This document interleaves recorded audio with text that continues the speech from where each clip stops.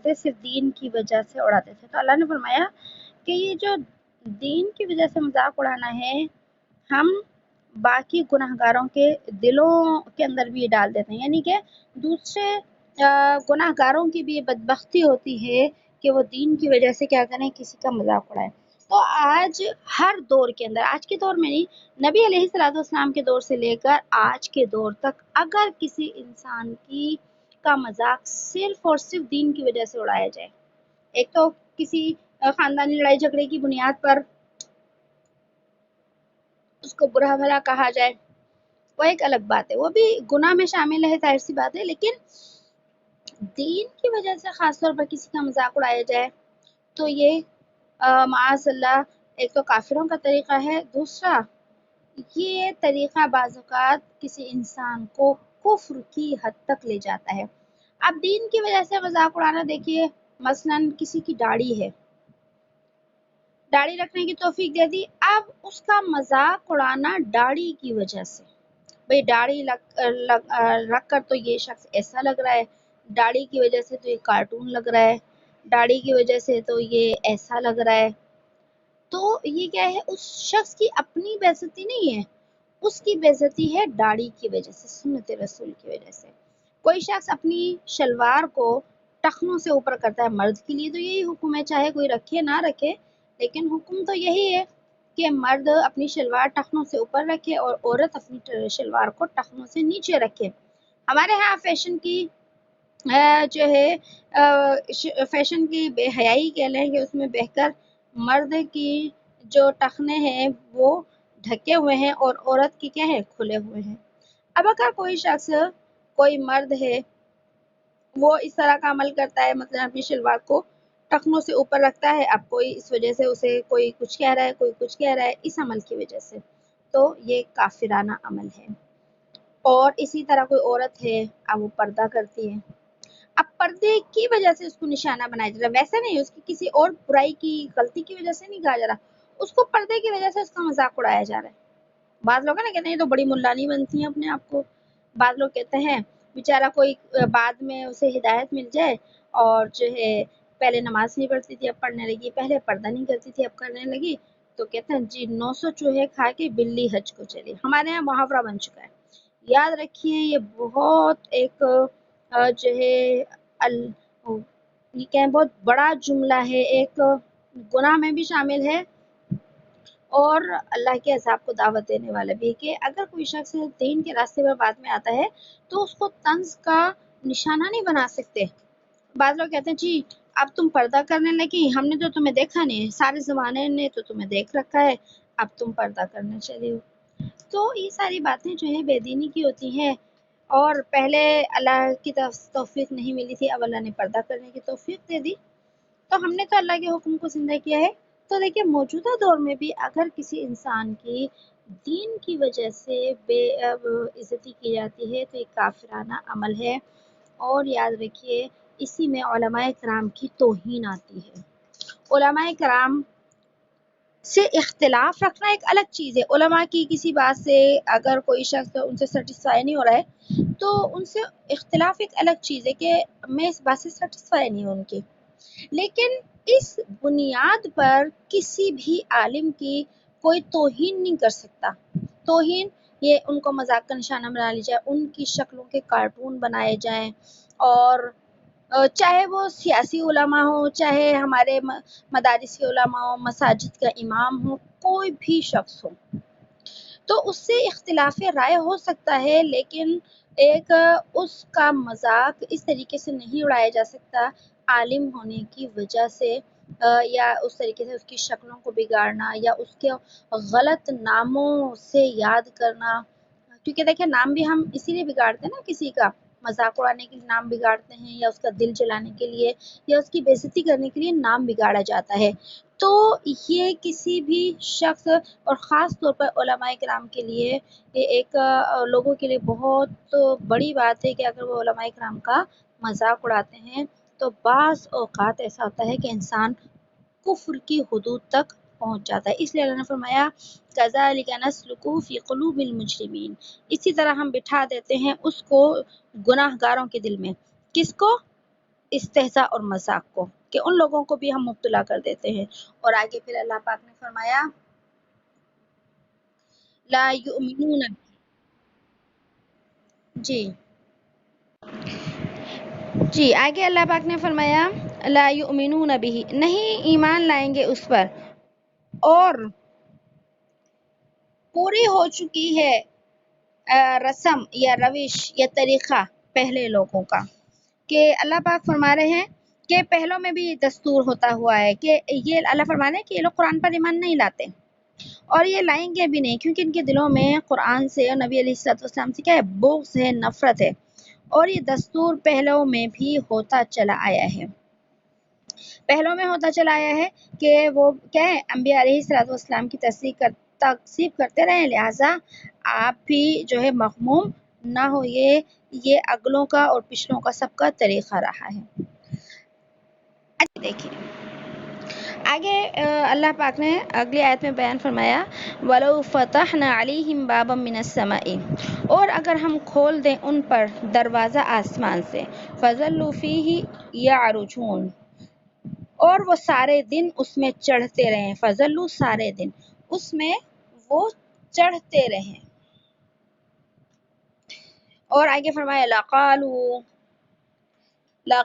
تو بھی وہ یہ کہیں گے انما سکرت ابصارنا، کہ بے شک باندھ دیا ہے ہماری آنکھوں کو، بل نحن قوم مسحورون، بلکہ ہم تو ایک ہیں قوم جس پر جادو کیا ہوا ہے۔ اب اللہ پاک ان لوگوں کے بارے میں فرما رہے ہیں کہ یہ ان کے دلوں میں کفر اتنا زیادہ ہو چکا ہے کہ یہ آپ کو تو مانتے نہیں، اور یہ کہتے تھے نا کہ فرشتے آئے تمہارے پاس، فرشتے آتے ہیں تو وہ ہمارے پاس فرشتے لے کر آؤ، فرشتے آئیں گے تو ہم سمجھیں گے آپ سچے نبی۔ تو اللہ فرما رہے کہ فرشتوں کو بھیجنا تو الگ بات ہے، اگر میں ان نافرمانوں کو ہی آسمانوں کے اوپر بھیج دوں، کہ اللہ فرما رہے ہیں کہ میں ان کو آسمانوں پر بھیج دوں، کہ آسمانوں میں کوئی دروازہ کھول دوں، اور پھر دن کے وقت ان کو آسمان پہ میں چڑھاؤں، کہ دن کے وقت فرمایا نا، یہ نا فَظَلُّوا فِيهِ يَعْرُجُونَ، کہ دن کے وقت ان کو آسمان میں چڑھاؤں، مطلب کیا کہ رات ہوتی ہے تو اس وقت انسان کو نیند کا غلبہ بھی ہوتا ہے، اسے نیند آ رہی ہوتی ہے، اونگ آ رہی ہوتی ہے، لیکن دن میں تو انسان کیا ہوتا ہے، تقریباً دن میں جو ہے بیدار ہوتا ہے۔ تو اللہ نے فرمایا کہ بالکل بیداری کی حالت میں اگر میں آسمانوں کے اندر دروازے بنا کر انہیں آسمانوں کے اوپر چڑھا دوں، اور یہ آسمانوں کے اوپر چڑھ جائیں، تو بھی یہ کہیں گے کہ ہماری جو ہے وہ نظر بندی کر دی گئی ہے، اور ہمیں تو نہیں لگ رہا کہ ہم آسمان پہ چڑھ گئے ہیں، اور ہم پر تو ایسا لگ رہا ہے جادو کر دیا گیا ہے۔ تو جب وہ ہم پہ تو جادو کر دیا گیا تو ہم کیسے آپ کو سچا نبی مان لیں؟ یہ اللہ کے بتانے کا مقصد ہے کہ نبی آپ غم نہ کیجیے، یہ کہتے ہیں کہ آسمانوں سے فرشتے ہمارے پاس لے آؤ، تو اگر میں فرشتے بھی ان کے پاس لے آیا تو یہ ایسے بدبخت لوگ ہیں، یہ اس کے باوجود بھی، فرشتوں کے باوجود بھی آپ کو نبی نہیں مانیں گے۔ اور اللہ نے اس سے زیادہ کی مثال دے دی کہ فرشتے تو کیا، میں ان کو ہی آسمانوں کے اوپر چڑھا دوں، تو آسمانوں کے اوپر چڑھنے کے بعد بھی ان کو یقین نہیں آئے گا کہ ہم آسمانوں کے اوپر چڑھ گئے، جب بھی یہ کہیں گے ہماری تو نظر بندی کر دی گئی ہے، ہم تو زمین پر ہی ہیں، بس ہمیں جادو کے زور سے یہ محسوس ہو رہا ہے کہ ہمیں آسمانوں کے اوپر چڑھا دیا گیا ہے۔ تو اللہ نے فرمایا کہ یہ ایسی نافرمان اور بدبخت قوم ہے، لہٰذا ان کے ایمان نہ لانے پر آپ غم زدہ نہ ہوئے۔ اور آگے اللہ نے فرمایا وَلَقَدْ جَعَلْنَا فِي السَّمَاءِ بُرُوجًا وَزَيَّنَّاهَا لِلنَّاظِرِينَ، اور البتہ تحقیق بنائے ہم نے آسمان میں برج، اور مزین کر دیا اس کو دیکھنے والوں کی نظر کے اندر۔ آسمان کا ذکر تھا تو اللہ نے پھر آسمان کا جو ہے وہ تذکرہ فرمایا کہ آسمان کیا ہے، ہماری قدرت کی ایک بہت بڑی نشانی ہے۔ ہم بہت سارے آیات میں، قرآن کریم کی آیت میں جو ہے آسمان کا تذکرہ پڑھ چکے ہیں، تو یہاں پر بھی اللہ نے فرمایا کہ یہ آسمان جیسی میری مخلوق جو ہے، اس کے اوپر چڑھنے کے بعد بھی یہ نبی آپ کے اوپر ایمان نہیں لائیں گے۔ اللہ فرما رہے کہ آسمان کو تو میں نے کیا کیا ہے، ایک دنیا کو سجانے کے لیے بنایا ہے، اور اس کو سورج چاند سے اور جو ہے ستاروں سے کیا کیا ہے، مزین کیا ہے۔ اور آگے فرمایا وَحَفِظْنَاهَا مِنْ كُلِّ شَيْطَانٍ رَجِيمٍ، اور محفوظ رکھا ہے ہم نے اس کو ہر شیطان مردود سے، إلا من استرق السمع، مگر جو چوری سے سن کر بھاگا، فأتبعه شهاب مبین، اور اس کے پیچھے پڑا رہا انگارہ چمکتا ہوا۔ قرآن کریم کے اندر یہاں پر جو ہے تذکرہ آیا، یہ ہم نے سورہ جن کے اندر بھی تفصیل سے پڑھا ہے۔ اللہ پاک نے آسمان کا ذکر فرمایا، اللہ پاک نے آسمان کا ذکر فرمایا تو آسمان کے ساتھ ساتھ پھر ایک چیز کا اور ذکر فرمایا کہ آسمان کو ہم نے ہر شیطان مردود سے محفوظ کیا ہے۔ جس طرح قرآن کریم کی اللہ نے حفاظت کی ذمہ داری لی ہے، اسی طرح قرآن کریم نے آسمان کے متعلق بھی ذکر فرمایا ہے کہ آسمان کی حفاظت بھی کیا کی ہے، ہم نے کی ہے، اور آسمان تک جو ہے شیاطین نہیں پہنچ سکتے۔ دیکھیے آسمانوں میں شیاطین کب جاتے تھے اور کب سے ان کی آمد کا سلسلہ آسمانوں کے اوپر بند ہوا، تو جب تک حضرت آدم علیہ السلام پیدا نہیں ہوئے تھے اس وقت تک شیاطین آسمانوں کے اوپر جاتے تھے۔ اور اس کا مشہور واقعہ ہے، ہم نے قرآن میں بھی پڑھ لیا کہ جب آدم علیہ السلام اما حوا جنت میں رہتے تھے، جبھی تو شیطان نے انہیں ورغلایا تھا اور انہیں جو ہے اس درخت کا پھل کھانے کے اوپر جو ہے آمادہ کیا تھا، کیونکہ اس وقت تک شیطان کی رسائی آسمانوں کے اوپر بھی تھی اور جنت کے اندر بھی تھی۔ لیکن جب اللہ پاک نے حضرت آدم علیہ السلام اور اما حوا کو زمین کے اوپر اتارا، اور تو اس وقت سے جنات اور شیاطین کا داخلہ آسمانوں کے اوپر بند کر دیا گیا تھا، اور یہ بند ہو گیا تھا، اور اس کا ذکر ہم نے سورہ جن کے اندر بھی پڑھ لیا۔ لیکن سورہ جن کے اندر بھی ہم نے اس کا تذکرہ پڑھا تھا کہ آپ صلی اللہ علیہ وسلم کی جب بعثت ہوئی تو اس سے پہلے شیاطین جو ہے آسمانوں کی خبریں جو ہیں وہ سننے کے لیے جاتے تھے، اور وہ بعض خبریں سن بھی لیا کرتے تھے۔ تو کیا اس وقت آسمانوں کے اوپر جانے کی اجازت تھی شیاطین کو؟ تو سن لیجیے کہ نہیں، آسمانوں پر شیاطین اس وقت بھی نہیں جا سکتے تھے، یعنی کہ ان کا مکمل جو داخلہ بند ہوا تھا حضرت آدم علیہ السلام کے دنیا میں آنے کے بعد بند ہوا تھا، اور جب ہمارے نبی صلی اللہ علیہ وسلم جب تک آپ کی بعثت و نبوت نہیں ملی تھی اس وقت تک یہ شیاطین آسمانوں کے اوپر جو ہے کیا کرتے، یعنی کہ بادلوں سے اوپر جاتے، جہاں بادل ہوتے آسمانوں سے نیچے، اور فضا کے اندر جہاں بادل ہوتے تو آتا ہے کہ ان بادلوں میں چھپ کر بیٹھ جاتے تھے، اور وہاں پر فرشتوں کی جو ہے وہ کیا کرتے تھے، باتیں سنتے تھے۔ اب سوال یہ ہے کہ فرشتوں کی باتیں وہ کیسے سن لیا کرتے تھے؟ آسمانوں سے باہر شیاطین فرشتوں کی باتیں کیسے سن سکتے تھے؟ کیا کوئی یہ ممکن چیز ہے؟ تو جی یہ بالکل قرآن کریم نے چونکہ بیان کیا ہے تو ممکن چیز ہے، اور ہو سکتا ہے کہ فرشتے جب آسمانوں سے نیچے آتے، کیونکہ اللہ پاک نے فرشتوں کی جو ہے کام بنائے ہیں، ان کی ذمہ داریاں لگائی ہیں، تو فرشتے دنیا میں آ کے ان کاموں کو کرتے ہیں۔ جیسے کہ دیکھیے آتا ہے کہ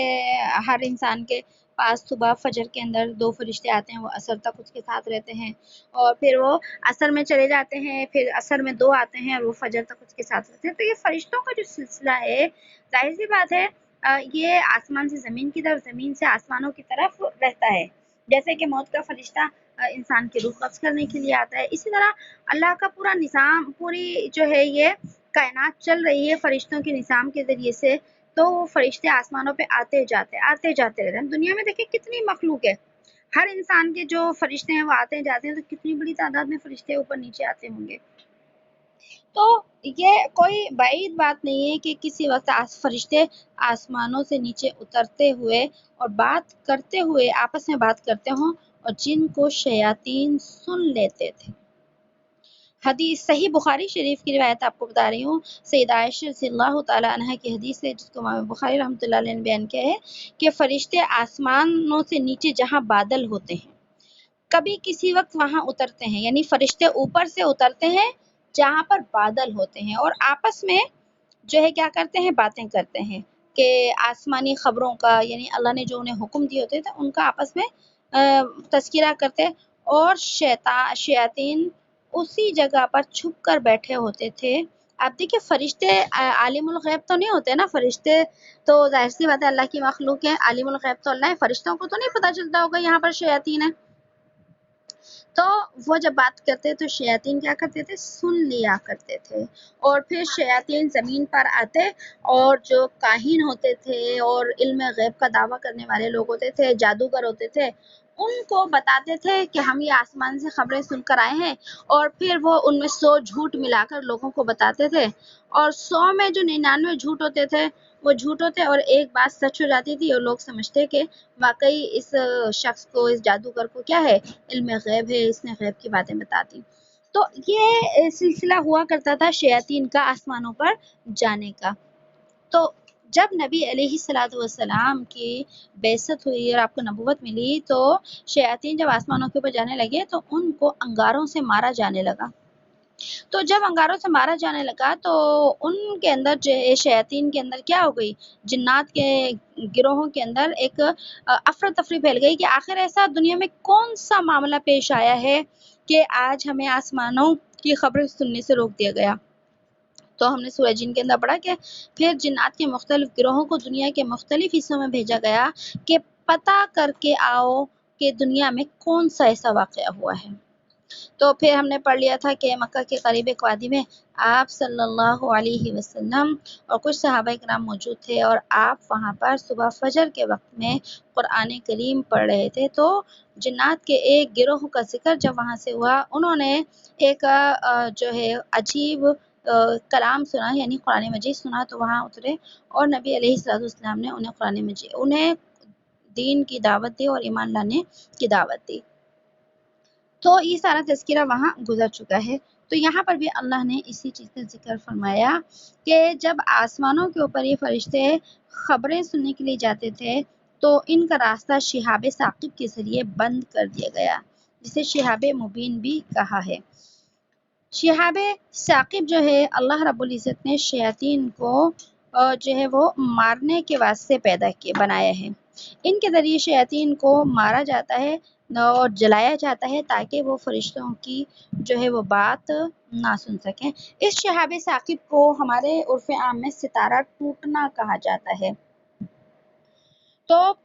ستارے پہلے بھی ٹوٹتے تھے اور نبی علیہ الصلوۃ والسلام کی بعثت کے بعد بھی ستارے ٹوٹتے تھے، لیکن جب نبی صلی اللہ علیہ وسلم کی بعثت کا زمانہ آیا تو شیاطین کو ان کے ذریعے جو ہے وہ جلانا شروع کر دیا گیا۔ پہلے بھی ستارے ٹوٹتے تھے، لیکن بعد میں ان ستاروں کے ذریعے شیاطین کو مارنے کا کام لیا جانے لگا۔ صحیح مسلم شریف کی ایک روایت میں ہے، حضرت عبداللہ ابن عباس رضی اللہ تعالیٰ عنہ، جو آپ کے چچا زاد بھائی ہیں، تو ان سے روایت ہے کہ آپ صلی اللہ علیہ وسلم صحابہ کے ایک مجمع میں تشریف فرما تھے کہ ایک ستارہ ٹوٹا آسمان سے۔ تو آپ نے لوگوں سے پوچھا کہ جب تم زمانہ جاہلیت میں تھے، یعنی تم نے اسلام قبول نہیں کیا تھا، تو تم اس زمانے میں اس ستارہ ٹوٹنے کو کیا سمجھتے تھے؟ کہ ستارہ ٹوٹتا تھا تو تم کیا کہتے تھے؟ تو ان لوگوں نے کہا کہ نبی، جب ہم جاہل تھے، یعنی زمانہ اسلام سے پہلے، تو اس وقت ہم سمجھتے تھے کہ ستارہ ٹوٹا ہے تو دنیا میں کوئی بڑا حادثہ پیش آنے والا ہے، یا کوئی بڑا آدمی مرنے والا ہے، یا کوئی بڑا آدمی پیدا ہونے والا ہے۔ تو آپ صلی اللہ علیہ وسلم نے ارشاد فرمایا یہ باطل خیال ہے، یہ بیکار خیال ہے، اس ستارے کا کسی کے مرنے سے جینے سے کوئی تعلق نہیں ہے، یہ شعلے تو شیاطین کو دور کرنے کے لیے پھینکے جاتے ہیں۔ تو ہمارے ہاں یعنی کہ اسلامی عقائد کے مطابق اور نظریات کے مطابق شیاطین کو مارنے کے لیے شہاب ثاقب پھینکے جاتے ہیں، جبکہ ہندوانہ ایک تہذیب اور کلچر اور ان کے مذہب کے مطابق شہاب ثاقب جب یعنی ستارہ ٹوٹتا ہے تو ان کے نزدیک دعا کی قبولیت کا وقت ہوتا ہے، اور یہی کلچر ہمارے بچوں کو کارٹون کے ذریعے یا موویز کے ذریعے جو ہے ہمارے بچوں کے ذہنوں میں ڈالا جا رہا ہے کہ جی کارٹون میں بھی دکھایا جاتا ہے کہ جب ستارہ ٹوٹتا ہے تو دعا مانگو، یہ دعا کی قبولیت کا وقت ہے۔ حالانکہ یہ بالکل غلط بات ہے، یہ دعا کی قبولیت کی بات نہیں، یہ ہندوؤں کا کلچر ہے،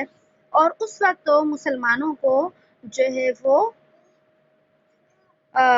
لا حول ولا قوت الا باللہ پڑھنے کی جو ہے وہ تلقین کی گئی ہے۔ تو یہاں پر اللہ پاک نے اسی چیز کا ذکر فرمایا اور محفوظ رکھا ہم نے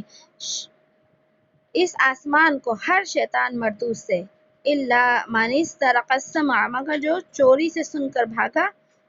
جو چڑھ بھی گیا آسمانوں پر، یعنی آسمانوں سے نیچے بادلوں کے اوپر، فَأَتْبَعَهُ، تو اس کے پیچھے پڑا شہاب مبین، ایک چمکتا ہوا انگارہ۔ شہاب کہتے ہیں بڑے روشن ستارے کو۔ بسم اللہ الرحمن الرحیم، سبحان اللہ وبحمدہ، سبحانک اللہم وبحمدک، نشہد ان لا الہ الا انت، نستغفرک ونتوب الیک، سبحان ربک رب العزت عما یصفون، السلام علی المرسلین والحمد للہ رب العالمین۔